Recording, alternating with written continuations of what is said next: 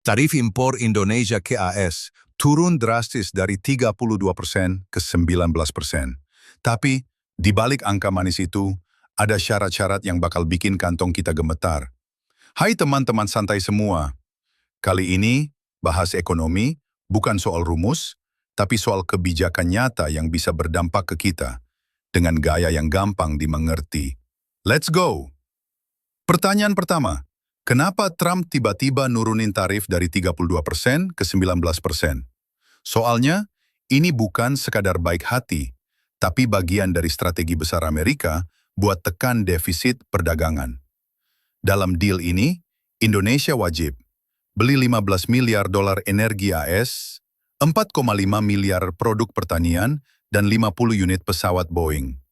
Coba bayangin, kita beli banyak banget barang dari AS, agar yang punya kebijakan di sana bilang, oke, kita kasih kamu turunan.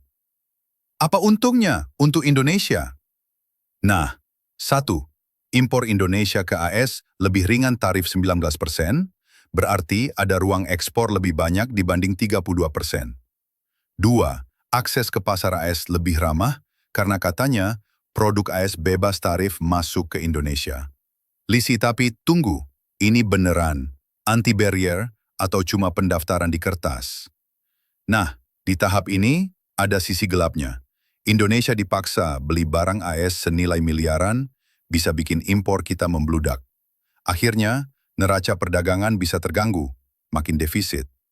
Dan yang paling ngeri, kita jadi tergantung pada AS secara ekonomi. Menurut analis ekonomi, harga barang impor dari AS kemungkinan bakal ditanggung konsumen Indonesia. Juga, potensi inflasi makin tinggi karena biaya masuknya meningkat menyesuaikan tekanan tarif dan biaya distribusi. Jadi, kalau kamu pikir mantap nih, untung. Tunggu dulu, bisa jadi justru bikin tas belanja kita makin menipis.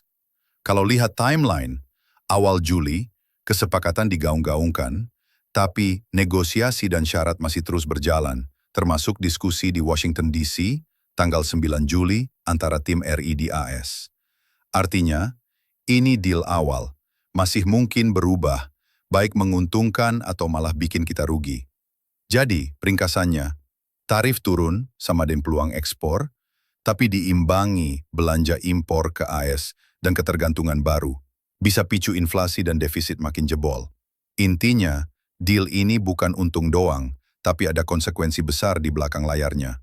Like and subscribe, biar kamu dapat video seru soal ekonomi dan teknologi berikutnya.